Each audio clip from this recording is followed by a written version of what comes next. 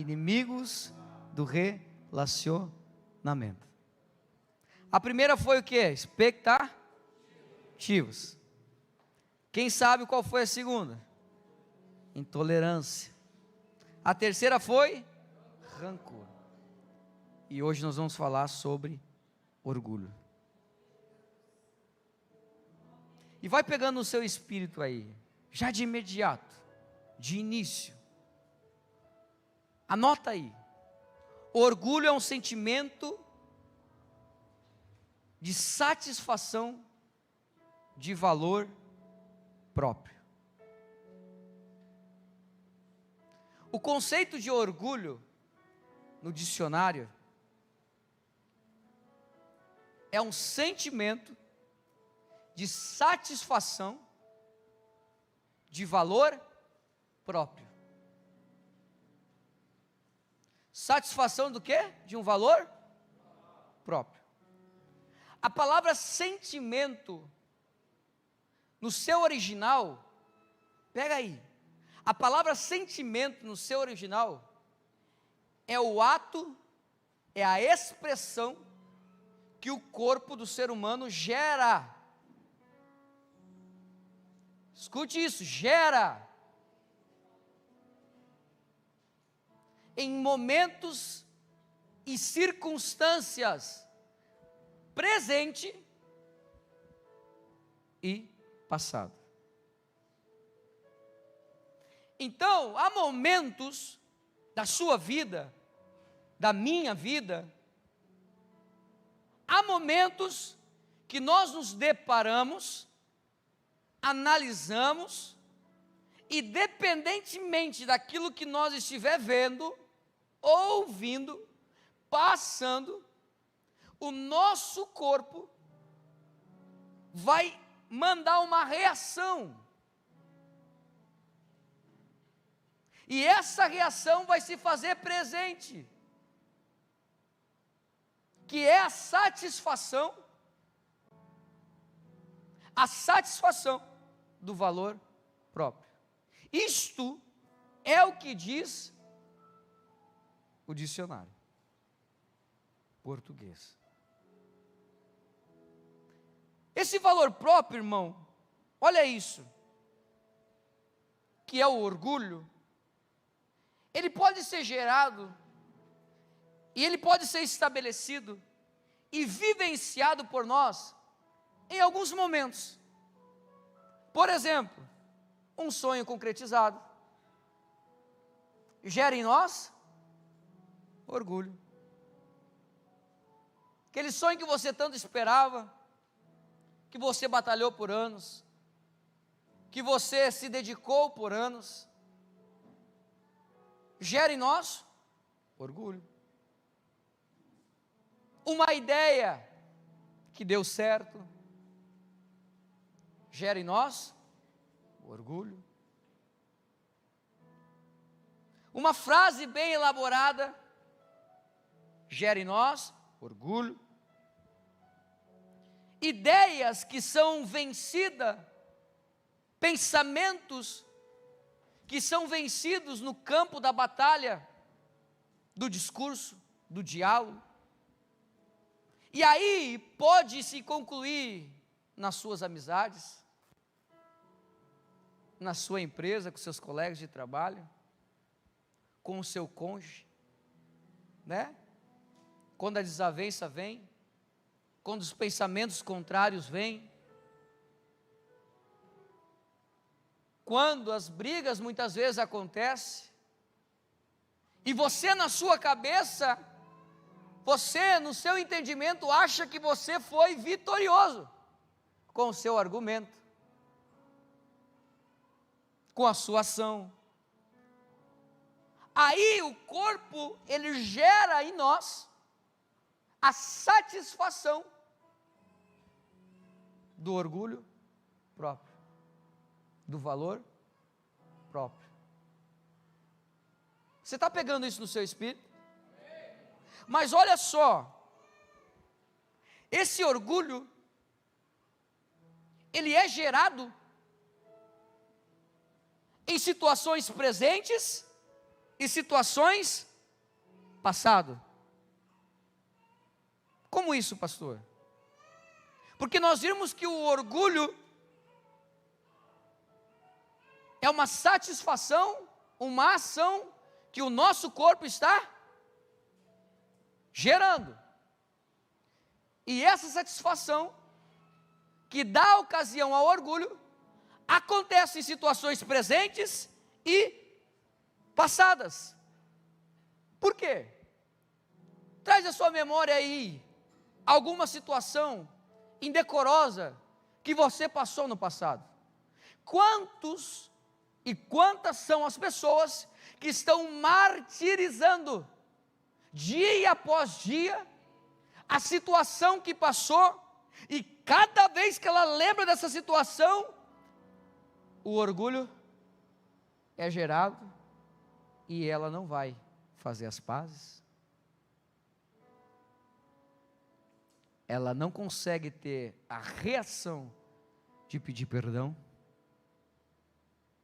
Ela não consegue vencer o sentimento que está exposto diante dela.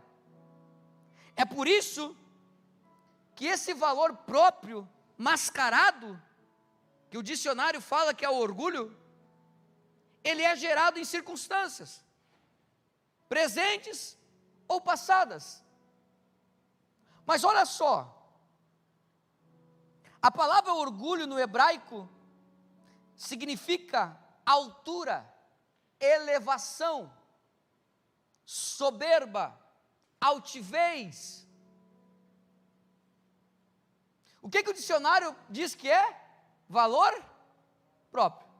No original da Bíblia, a palavra orgulho é altivez de espírito. A palavra orgulho é elevação, é altura.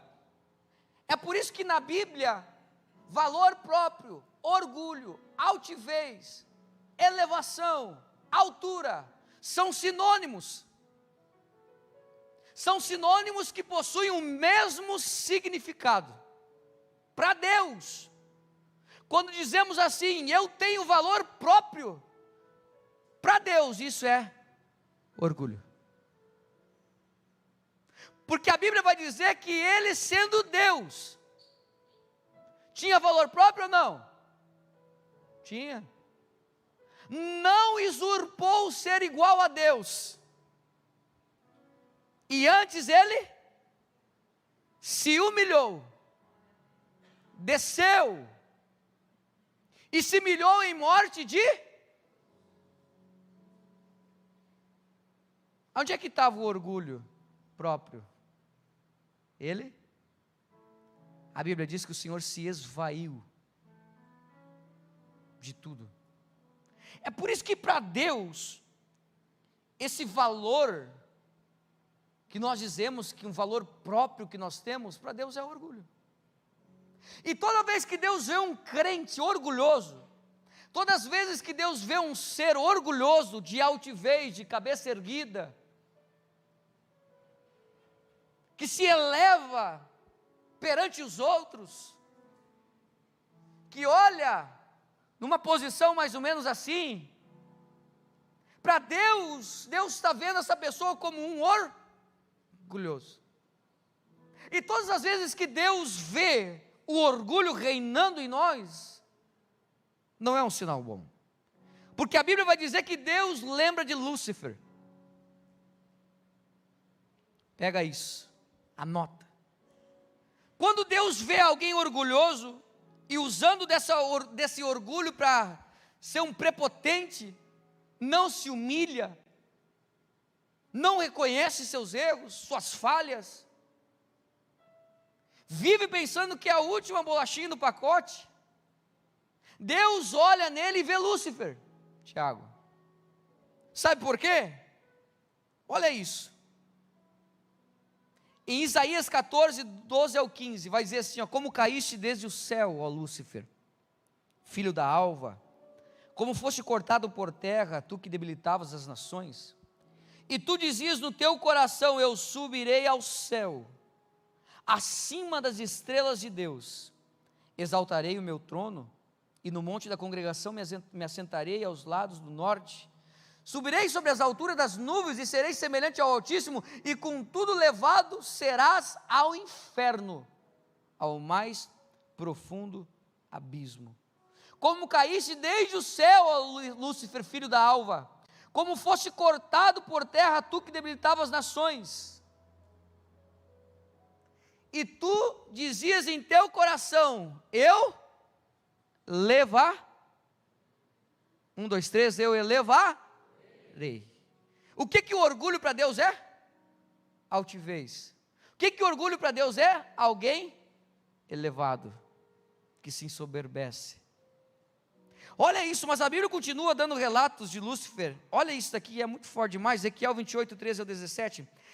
Estiveste no Éden, jardim de Deus, de toda pedra preciosa era a tua cobertura, sardônia, topázio, diamante, turquesa, ônix, jaspe, safira, carbúnculo, esmeralda e ouro. Em ti se faziam os teus tambores e os teus pífaros.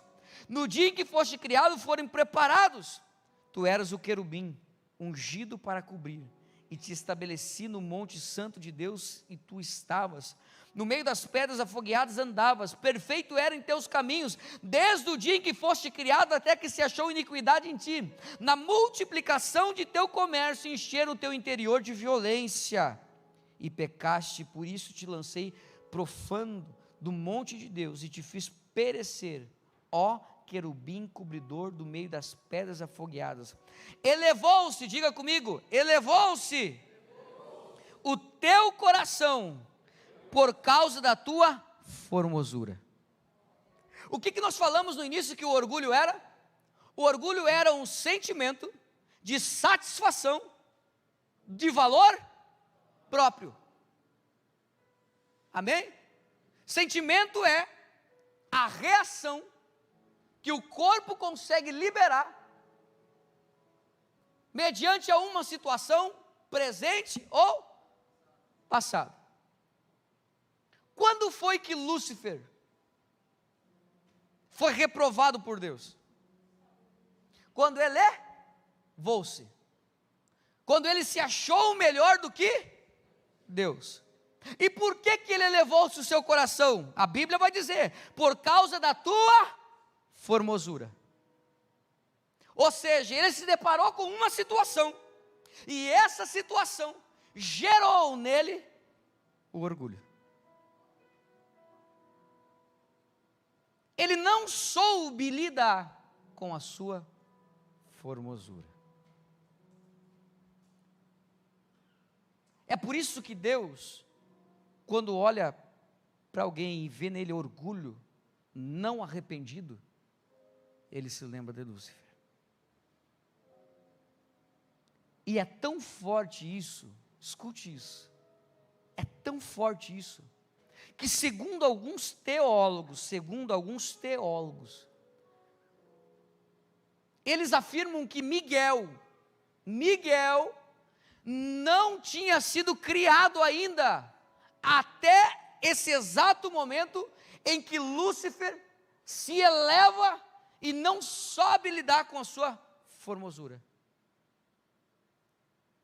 Segundo alguns teólogos, a Bíblia diz que Lúcifer só é criado, gerado de dentro de Deus.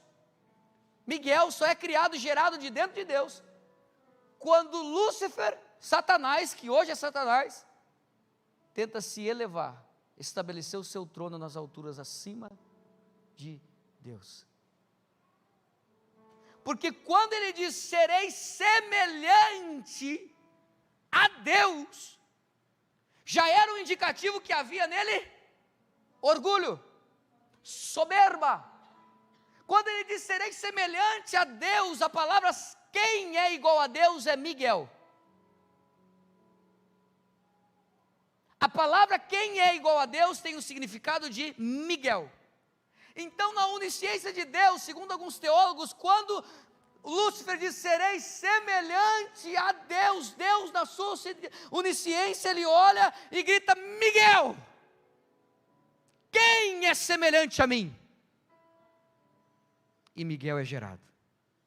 É por isso que o orgulho gera em nós uma desconstrução de identidade, porque Deus não encontra em nós favor, não encontra em nós merecimento, não encontra em nós satisfação, quando somos vencidos pelo orgulho. Olha o que a Bíblia vai continuar dizendo. Olha o que a Bíblia vai continuar dizendo. É por isso que o orgulho, ele é um inimigo do relacionamento. Porque para se relacionar, para termos êxito nos relacionamentos, precisa ter humildade. Por quê? Porque eu vou encontrar, por exemplo, o Leonardo, que até o exato momento, ele foi criado de uma forma, foi ensinado de uma forma, existem culturas, pensamentos diferentes. E para mim conseguir me relacionar com ele, entender ele, ser íntimo dele, preciso ter humildade. Porque a cultura dele é diferente da minha cultura. É por isso que o camarada orgulhoso, a mulher orgulhosa, não consegue se relacionar com o seu diferente.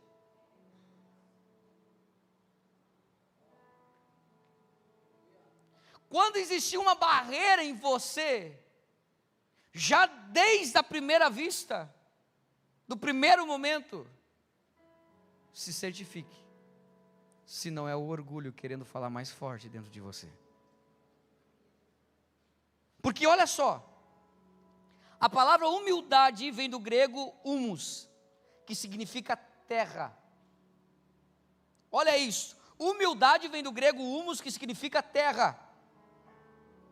Do humus que se originou homem e humanidade, que significa terra fértil, criatura nascida da terra. Depois foi se originando da palavra humilde, que vem do grego humilis, que significa aquele ou aquilo que fica no chão. É por isso que quando a Bíblia diz que aqueles que se humilham serão exaltados, não é aquele que é humilhado, não, é aquele que se humilha, será exaltado, porque traz uma conotação na visão de Deus, que você está se humilhando, você está no chão. Porque o que é orgulho? É altivez, é elevação. E a palavra humildade é estar no chão. E semelhantemente, não é por acaso que nós somos feitos do pó da terra. É por isso que a Bíblia vai dizer que não se orgulhe, não se ensoberbeça o homem na sua força. Na sua o quê?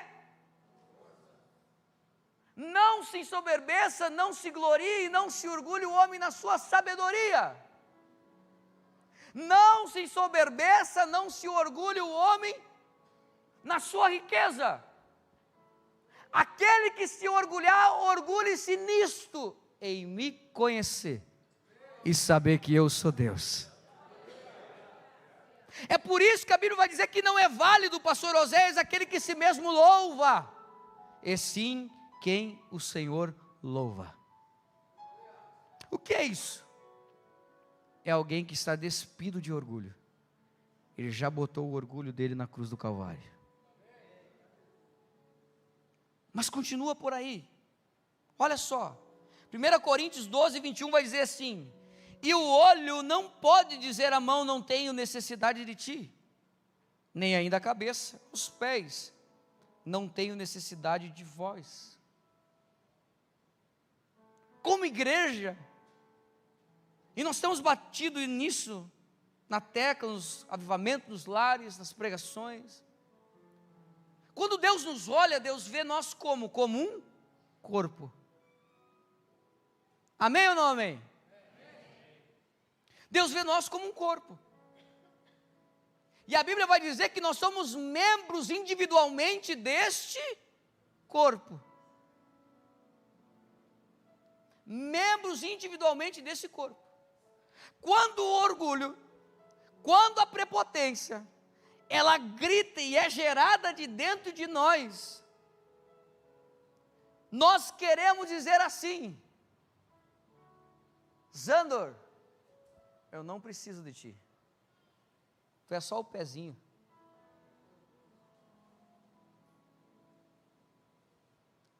Aí a soberba vai falando mais alto, mais forte, o orgulho vai falando mais forte, mais alto. Eu chego para o pastor Oséias, eu digo: pastor Oséias, eu não preciso de ti, você é só o mindinho. O que é isso? É se elevar. É você querer dar uma de Lúcifer, colocar o seu troninho acima do seu irmão.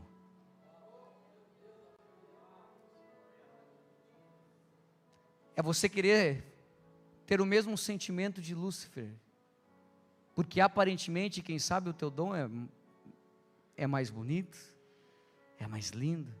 Aparentemente, quem sabe, o ministério que o Senhor colocou em tuas mãos, ele é mais deslumbroso, ele é mais visto. E aí, como Lúcifer, você não sabe lidar com a sua formosura. Assim como Lúcifer, você não sabe lidar com a formosura daquilo que o Senhor pôs em você. E aí você olha para o seu irmãozinho e diz: ei, eu não tenho necessidade de ti. É isso que Paulo está dizendo, e o olho não pode dizer à mão: não tenho necessidade de ti. Nem ainda a cabeça aos pés: não tenho necessidade de vós. Por quê? Porque quem construiu e foi o arquiteto desse corpo foi Deus. E a Bíblia vai dizer que o Senhor distribuiu mediante este corpo, cada um como Ele quis. Então, se você é o pezinho, vai dando glória a Deus. Se você é o mindinho, vai dando glória a Deus. Se você é a mão, vai dando glória a Deus. Se você é o pé, vai dando glória a Deus, irmão. Mas vai pisando no orgulho, na soberba, e vai glorificando a Deus, porque Deus abate o soberbo, mas exalta o humilde. Quem está pegando aí? Características do orgulho. Algumas características do orgulho. O orgulho tem dificuldade de perdoar. Todo orgulhoso tem dificuldade de perdoar. Todo orgulhoso tem dificuldade de perdoar. Todo orgulhoso não reconhece erros. Seus erros. É por isso que eu vejo que Davi, perante os olhos de Deus, era apaixonante. Davi errou, Davi falhou, Davi fez coisas que muitos não fizeram. Mas quando Davi chegava na presença de Deus, ele dizia: Senhor, perdoa os meus pecados, apaga as minhas transgressões com isopo, cria em mim um coração puro, contrito. Por quê? Porque ele sabia que o soberbo não permanecia na presença de Deus. Então todo soberbo, todo orgulhoso, ele tem dificuldade em dialogar e se relacionar. E aqui, irmãos, algo que por muito tempo foi batido nos altares, e tentaram trazer os psicólogos, a sociologia, tentou incutir que a maioria dos divórcios dentro da igreja, fora da igreja, é por incompatibilidade de gênero. A incompatibilidade de gênero não existe. Sabe o que existe? O orgulho. Porque daí eu uso desse subterfúgio e digo assim: ei, Eu vou sair desse primeiro casamento porque eu sou incompatível com ela.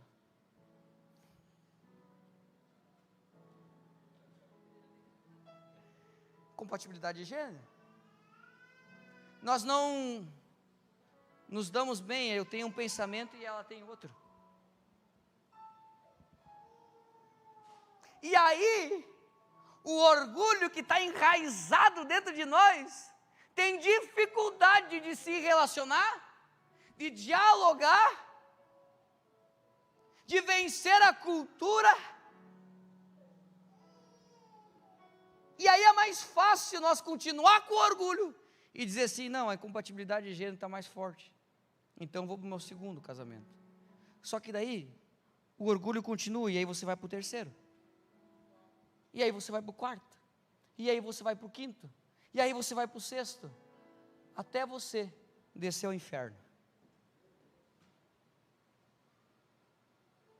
Porque a incompatibilidade de gênero só existe quando o orgulho ainda está vivo dentro de você.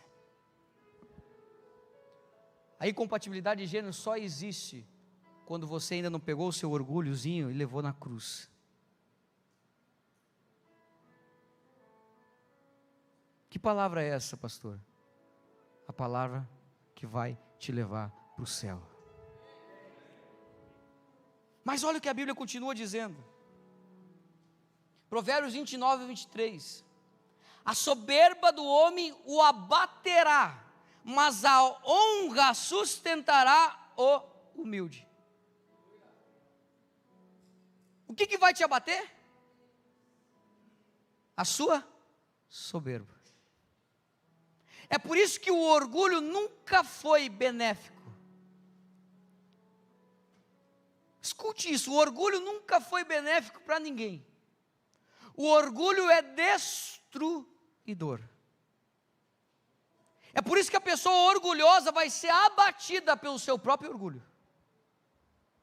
Olha o que vai dizer em Provérbios 16, 18: a soberba precede a ruína, e a altivez do espírito precede a queda. O que é o orgulho? Altivez de espírito. A soberba precede a ruína. Sabe quando você cai em ruína? Quando você caiu na soberba. Quando você caiu na soberba, você já decretou a sua ruína. Quando você caiu na sua altivez de espírito, você já foi destruído por ela. É por isso que nós temos, irmãos, de uma vez por todas, que combater o nosso velho eu. Que o velho eu que todo dia está batendo na porta. É ou não é? O velho eu que todo dia, ó, pastora Zé, pastora Camila, pastora Pâmela está, ó, batendo. Você sai numa noite como essa, gloriosa, poderosa, quando você abre os teus olhos amanhã pela manhã, o teu está batendo. Por quê? Porque o pecado já está à porta. Quando Deus recebe a oferta de Abel e rejeita a oferta de Caim, a Bíblia diz que o semblante de Caim muda. O semblante de Caim muda por quê? Porque o Senhor aceitou a oferta de Abel e não acertou a sua oferta.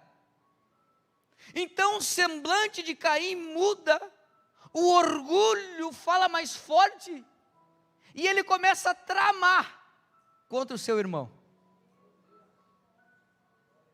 Tem muita gente que está na síndrome de Caim.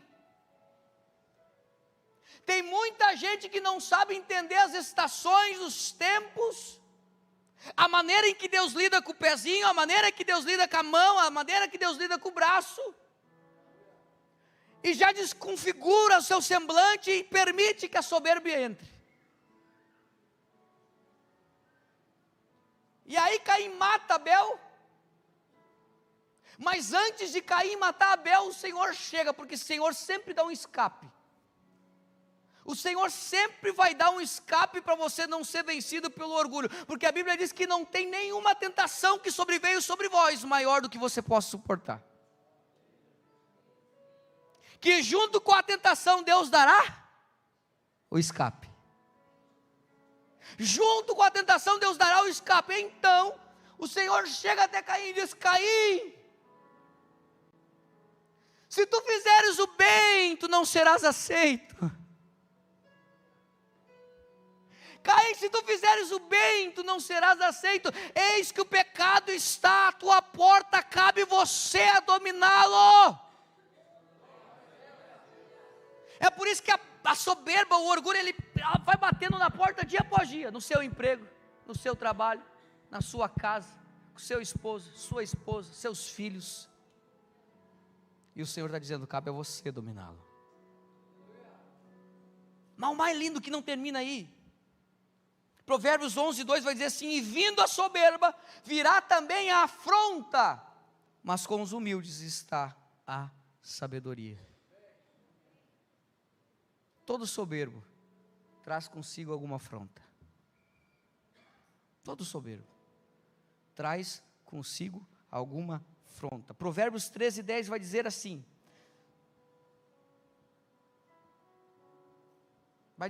Provérbios 13:10, da soberba se provém a contenda, mas com que se aconselham se acha a sabedoria. Vamos fazer a leitura contrária? Do soberbo provém a contenda. 1, 2, 3, provém a.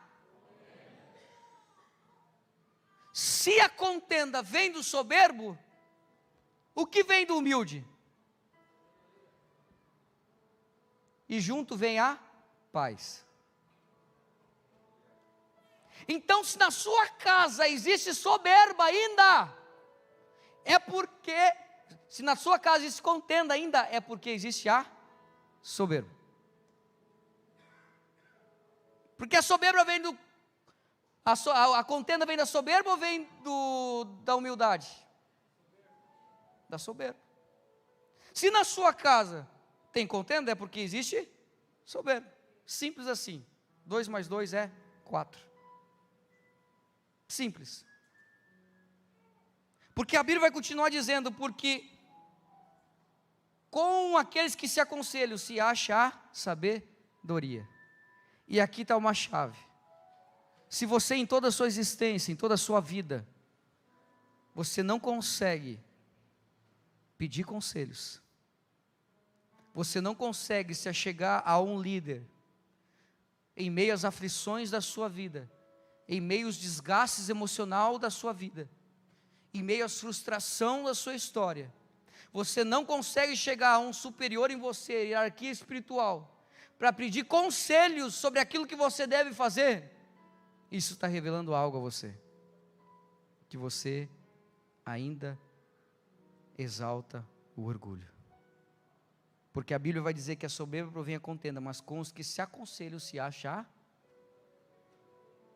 Se você não se aconselha, se você não pede, se você não clama, o que reina em você? A soberba. Mas olha o que a Bíblia vai continuar dizendo. Provérbios 28:25 vai dizer assim: o orgulhoso de coração levanta contendas, mas o que confia no Senhor prosperará. O orgulhoso de coração, o que ele faz? Ele levanta contendas. Numa igreja só existe contenda porque ainda existem pessoas orgulhosas. Numa igreja ainda existe contendas, discussões, disques-me disque, falatórios, porque ainda existe pessoas orgulhosas. É a Bíblia. É a Bíblia, irmão. A Bíblia é uma só, a palavra de Deus é uma verdade só. É por isso que nós, como membros, como filhos amados por Deus, nós não podemos permitir que dia após dia esse orgulho esteja batendo a nossa porta e nós sendo vencidos por ele. Porque vai chegar um tempo que Deus vai olhar para ti, meu irmão, minha irmã. Vai olhar para ti, meu irmão e minha irmã, e vai dizer: ei, ou você se humilha, ou você vive a sua vida se humilhando diante de mim, ou eu vou ter que te abater.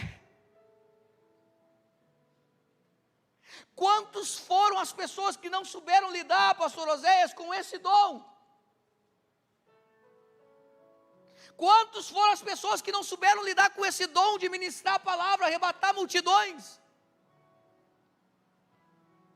E hoje literalmente estão comendo restos de sobras de porcos, como diz a Bíblia. Porque Deus abate o soberbo, mas exalta o humilde. Quantas foram as pessoas, irmão Joel, que nesses 40 anos de ministério você viu sendo elevado e terminaram na ruína? Porque a soberba precede a ruína. Antes deles chegarem à ruína, eles caíram na soberba. Na soberba de achar que não existia alguém que sabia mais que eles. Na soberba de achar que o seu dom, que o seu ministério é maior do que o seu caráter, que pode vir aqui mandar fogo do céu, que pode vir aqui fazer maravilhas, e amanhã pela manhã está se prostituindo, e amanhã pela manhã está traindo a sua esposa, e amanhã pela noite está indo nos bordéis da vida. Deus abate o soberbo, mas exalta o humilde. A soberba, o orgulho é um inimigo do relacionamento. O orgulho é um pecado grave. Olha o que a Bíblia vai dizer em Provérbios, capítulo 28, versículo 25. 1 Samuel, 2:3, bota na tela aí.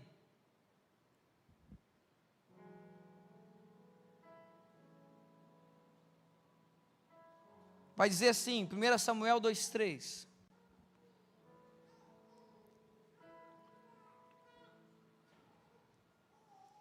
Não multipliqueis palavras de altivez,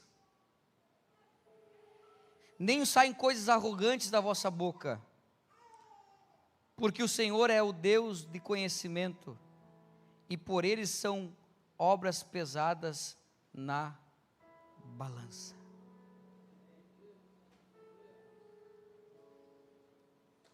Obras pesadas onde? Na balança. Olha o que vai dizer em Daniel 5, 24 ao 28. Então dele foi enviado aquela parte da mão que escreveu este escrito. Este, pois, é o escrito que se escreveu: Mené, Mené, Tekel, Ufarsim. Escuta isso. Escuta isso. Existia um rei na época. Existia um rei na época, filho de Nabucodonosor, que marca um banquete. Marca o quê? Um banquete para mais de 1000 pessoas. Seus criados, suas concubinas, suas mulheres, seus principais, dos seus exércitos. E ele marca um banquete, comida e vinho na mesa. Só que chega uma hora em que ele manda que trouxesse os utensílios da casa do Senhor, que o seu pai Nabucodonosor pegou consagrado a Deus, e diz: bota aqui na mesa, e bota o vinho, e bebemos, comemos. A Bíblia diz que na mesma hora, uma mão aparece para ele. Uma mão aparece para ele e começa a escrever aonde ele está. Começa a escrever aonde ele está: Mené, Mené, Tekel, Ufarsim. Que significado é? Contou Deus o teu reino e o acabou. Pesado foste na balança e foste achado em falta. Ele fica atemorizado antes de saber o significado e ele começa a chamar os geólogos, os astrólogos, começa a chamar todos que entendiam de astrologia, de sinais. Não foi achado ninguém que conseguia entender isso. Aí a Bíblia vai dizer que eles mandam chamar Daniel, com um homem cujo Espírito do Senhor estava sobre ele. E a Bíblia vai dizer que Daniel chega e diz: rei, por que fizeste isto? Por que pegaste os utensílios da casa do Senhor consagrado e você acabou profanando? Você acabou cultuando com os utensílios do Senhor consagrados a demônios, a Baal. Por que fizeste isso? Não viste o que aconteceu com teu pai, Nabucodonosor? Que quando Deus viu a soberba do seu coração, Deus o entregou e fez ele comer capim junto com os animais do pasto. Irmão, o pai deste rei Nabucodonosor, o Senhor permitiu por causa da soberba, virar uma espécie de um lobisomem, e de um reinado glorioso, se tornou um animal comendo no pasto. Porque Deus abate o soberbo, Deus abate o orgulhoso. E Daniel olha para ele e diz: por que fizeste isso? Agora o Senhor te achou em falta. Pesado foste na balança o teu reino, se acaba por aqui. A Bíblia diz que quando esse rei começa a ver o dedo, dá uma cadeira aqui, meu querido. Quando este rei começa a ver o dedo do Senhor escrevendo Mené, Mené, Persim, a Bíblia diz, olha só, a Bíblia diz que ele está comendo, o dedo começa a aparecer na parede, os seus ombros começam a se afrouxar, e suas pernas, pastor Oséias, começam a se bater uma na outra, e o dedo vai escrevendo, Mené, Mené, Tekel, Parsim. E ele fica atônito e não consegue fazer mais nada, porque o orgulho que operava dele levou ele à ruína. O orgulho que todos os dias falava mais alto com ele levou ele à ruína. E aí Daniel tem que vir descrever aquela visão dizendo: ei, acabou o teu reinado, acabou o teu reinado. Por isso, crente, hoje é noite de você botar o teu reinado em ordem. Hoje é noite de eu e você botar o nosso reinado, a nossa casa em ordem. Dizer o orgulho para trás de mim, eu vou avançar. Oh, Rabachore Mandaraia. Oh, aleluia. Meu Deus. Se coloca de pé.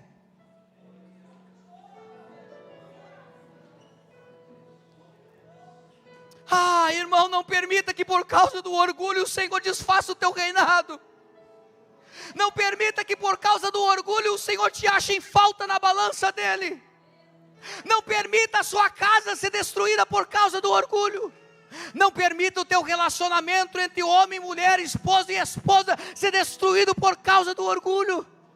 Não permita se permitir ficar parado em vez de avançar no seu ministério por causa do orgulho.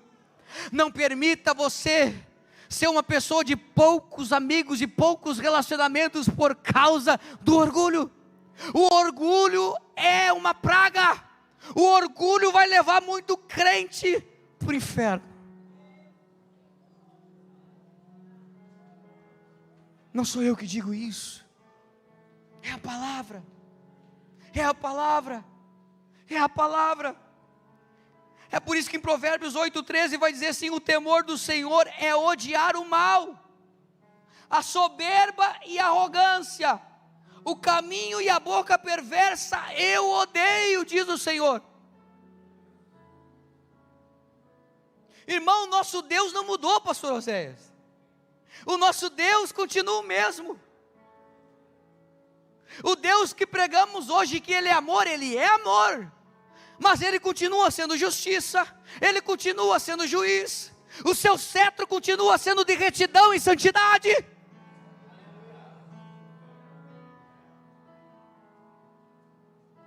Olha o que ele está dizendo: o temor do Senhor é odiar o mal, e a soberba e a arrogância. Quer dizer que a soberba e a arrogância é um mal que Deus não permite e não se agrada.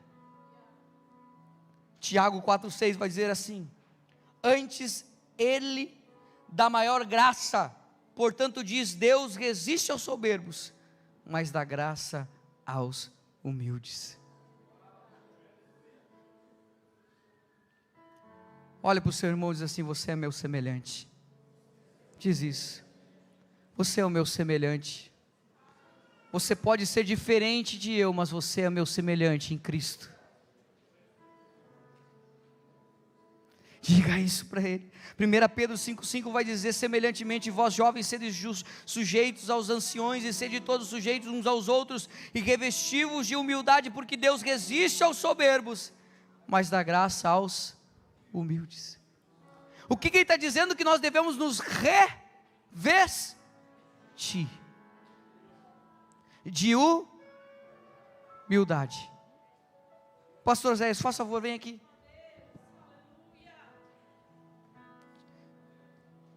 Segura aqui para mim.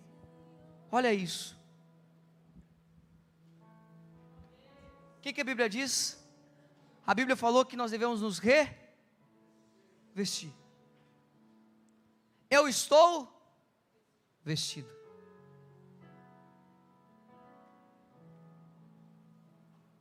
Quando nós chegamos na presença do Senhor cru, sem se arrepender dos nossos pecados, ainda não aceitamos Ele como nosso Salvador, perante os olhos de Deus nós estamos nu, nem vestido estamos. Aí eu aceito a Jesus como meu Senhor, eu entendo que eu sou membro desse corpo, compreendo suas palavras, suas profecias e aquilo que Ele tem para mim. Agora o Senhor me veste, a minha vergonha é vestida, a minha vergonha é vestida por causa da graça, por causa do seu favor. Quando o Senhor ressuscita, Ele diz para os seus discípulos, pastor Oséias: esperai em Jerusalém, até que do alto vocês sejam revestidos de poder. Quer dizer que os discípulos andaram 3 anos e meio com o Senhor, mas eles estavam simplesmente vestidos. Mas quando o Senhor libera uma palavra dizendo: vocês esperam em Jerusalém, até que vocês sejam revestidos de poder, e vocês ser-me-ão minha testemunha em Jerusalém, Judeia, Samaria, até os confins da terra. A Bíblia está dizendo que é isso aqui, ó.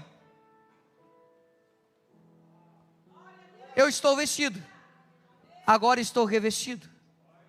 E o que a Bíblia está dizendo é o seguinte: a Bíblia está dizendo em 1 Pedro: semelhantemente, vós, anciões, jovens, sede todos sujeitos uns aos outros, revestivos de humildade.